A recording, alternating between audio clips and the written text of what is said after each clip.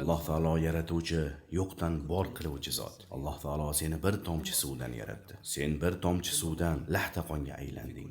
Keyin bir parcha go'sht bo'lding. Har bir bosqichda butunlay o'zgacha ko'rinishda bo'lding. Alloh taolo aytadi: "So'ngra bu nutfadan lahta qonni yaratdik. Lahta qondan bir parcha go'shtni yaratib, go'shtdan suyaklarni yaratdik. Va bu suyaklarga go'sht qopladik. So'ngra unga ruh kirgazib, avvalgidan boshqacha bir tirik jonzot qilib vujudga keltirdik. Eng go'zal suratda yaratuvchi bo'lgan Alloh yaxshiliklari behisob buyukdir. Ey inson, Alloh senga ruh, jon kirgazdi. Sen ona qornida tirik jonzotga aylanding. Sen rizq topish uchun harakat qilmasang ham senga yetarli ozuqa kelib turdi. So'ngra dunyo yuzini ko'rding. Sen kichkina eding. Sening ikki ko'zing, til, lablaring va qo'l oyoqlaring bor edi.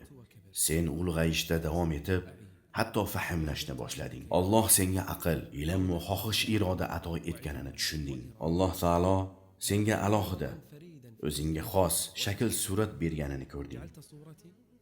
Sen butun mavjudotlar orasida juda bir kichkina jonzot ekaningga guvoh bo'lding. O'yinga kelgan bir savol: meni kim yaratdi? Ushbu savolga fitrat, tabiating seni Alloh yaratganini aytib turibdi.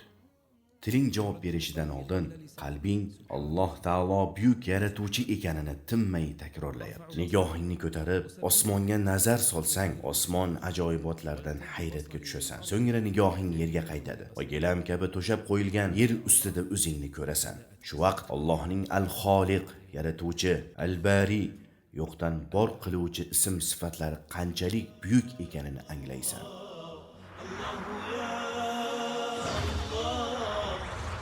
الله الله